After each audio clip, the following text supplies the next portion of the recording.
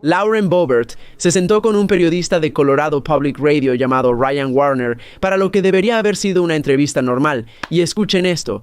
Usted ha sido muy clara en su apoyo al petróleo y al gas natural, pero la energía renovable también es una parte importante del cuarto distrito. Las empresas de ese distrito han aprovechado los créditos fiscales para energía verde en virtud de la ley de reducción de la inflación del presidente Biden. Algunos de sus colegas republicanos quieren que esos créditos se mantengan. ¿Estaría a favor de mantener partes de la ley que apoyan una transición energética en el cuarto distrito del Congreso que incluye, ya sabe, gran parte de los terrenos con recursos solares y eólicos? ¿No es interesante que lo primero de lo que hablamos en cuanto a la ley de reducción de la inflación es de la energía verde? Joe Biden y Joe Manchin dijeron que deberíamos haber llamado a este proyecto de ley por su nombre. No es una ley de reducción de la inflación. Y por desgracia, ese es el juego que se juega aquí en Washington, D.C., poner un título bonito a un proyecto de ley y luego el texto no se ajusta al título real.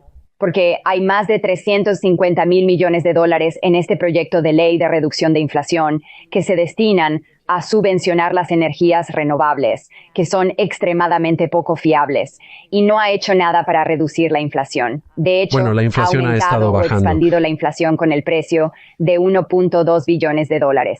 Solo quiero decir que la inflación ¿Estamos teniendo un debate o una entrevista? Quisiera saber. Bueno, en primer lugar, tengo que decir algunas cosas como periodista para dejar las cosas claras. La inflación está bajando. ¿O vas a verificar datos durante la entrevista? Así es, exactamente. Y la inflación está disminuyendo.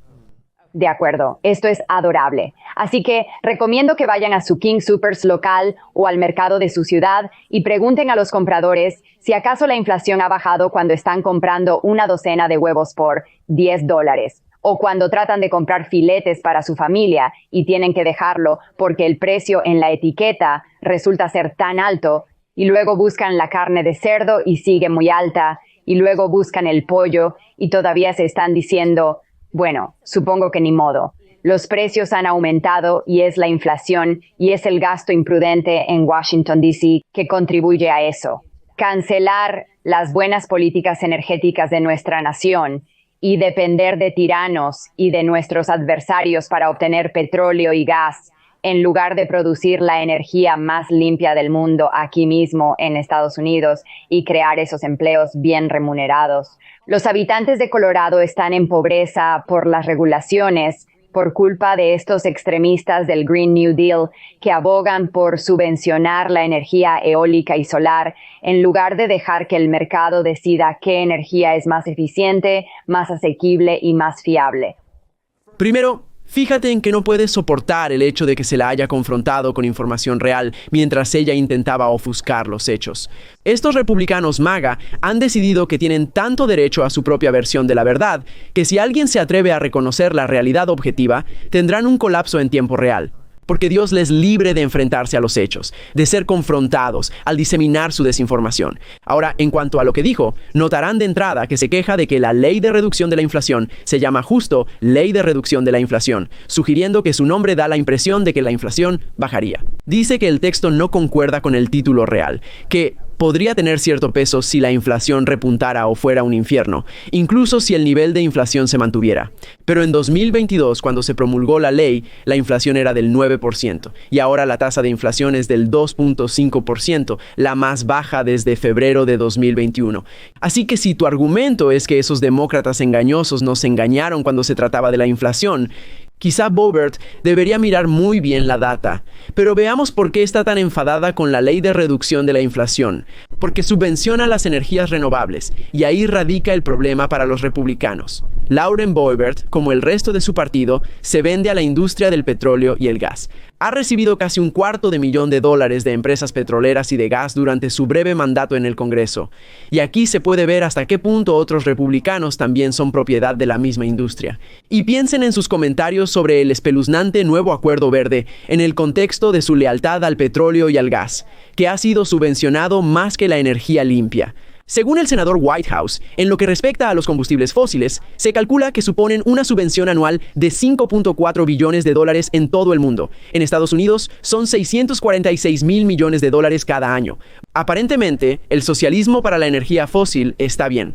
Aparentemente el socialismo, cuando financia tu campaña, está bien. Pero el socialismo para el nuevo Acuerdo Verde, que literalmente no existe, es un marco, un concepto que en realidad nunca fue promulgado. Eso es aparentemente demasiado extremo. Entendido.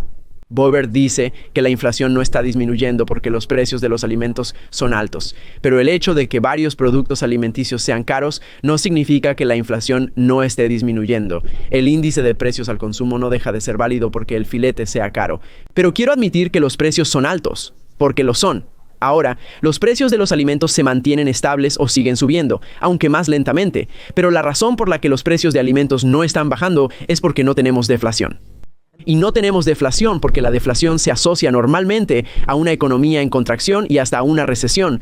El arma de doble filo de la economía estadounidense en estos momentos es que es la más fuerte del mundo y está creciendo, lo que es bueno para el empleo, para los salarios, para las pensiones y la confianza del consumidor, pero malo para los precios altos, que suelen bajar solo cuando los consumidores gastan menos. Y como la economía es fuerte, los consumidores tienen pocos incentivos para gastar menos, y así los precios se mantienen. Pero hay otro fenómeno, la subida de precios. Tanto la campaña de Trump como la de Harris han aprovechado el tema de los altos precios de los alimentos. Kamala ha culpado a los especuladores de precios y ha prometido firmar una ley para que rindan cuentas. Trump, por su parte, ha dicho que los altos precios son culpa de Kamala Harris. Así es, los precios de los alimentos son altos en Estados Unidos por culpa de la vicepresidenta. Y esta disparidad es muy importante, porque los minoristas de alimentos se escudan en la inflación para mantener los precios altos mientras obtienen ganancias récord. Ya eso está documentado. Y Trump no solo se niega a responsabilizar a los especuladores de precios, en realidad, sino que los está defendiendo al culpar a alguien más, para ayudarse políticamente en estas elecciones. Así que cuando Kamala hace un anuncio de que ella bajará los precios de comestibles mediante la imposición de la primera prohibición federal de los especuladores corporativos de precios en alimentos, ella está reconociendo el mismo problema que Trump. Pero la diferencia es que ella sí está persiguiendo a los responsables. Así que la pregunta es, ¿quién cree usted que reducirá realmente los precios? ¿El multimillonario quien actualmente está defendiendo a los defraudadores, culpando a su oponente político? ¿O la fiscal quien ha ganado miles de millones, literalmente miles de millones, contra estafadores y defraudadores? Tómate todo el tiempo que necesites.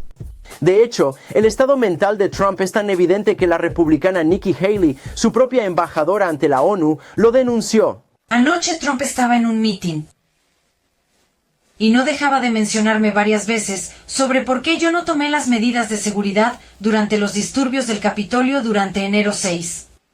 ¿Por qué no manejé mejor el 6 de enero? Pero yo ni siquiera estaba en DC el 6 de enero. No estaba en el cargo entonces. Dicen que se confundió y que estaba hablando de otra cosa. Trump estaba hablando de Nancy Pelosi, pero me mencionó varias veces en ese escenario. La preocupación que tengo es, y no estoy tratando de decir nada despectivo, pero cuando estás lidiando con las presiones de una presidencia, no podemos tener a alguien que cuestionemos si está mentalmente apto para hacer esto. No podemos... Antes de irte, suscríbete a mi canal. Empecé este canal porque los republicanos tienen el control total del español en los medios de comunicación. Así que para ayudar a los progresistas, suscríbete y comparte los vídeos con tus amigos. Marcará una gran diferencia. Y muchas gracias por vernos.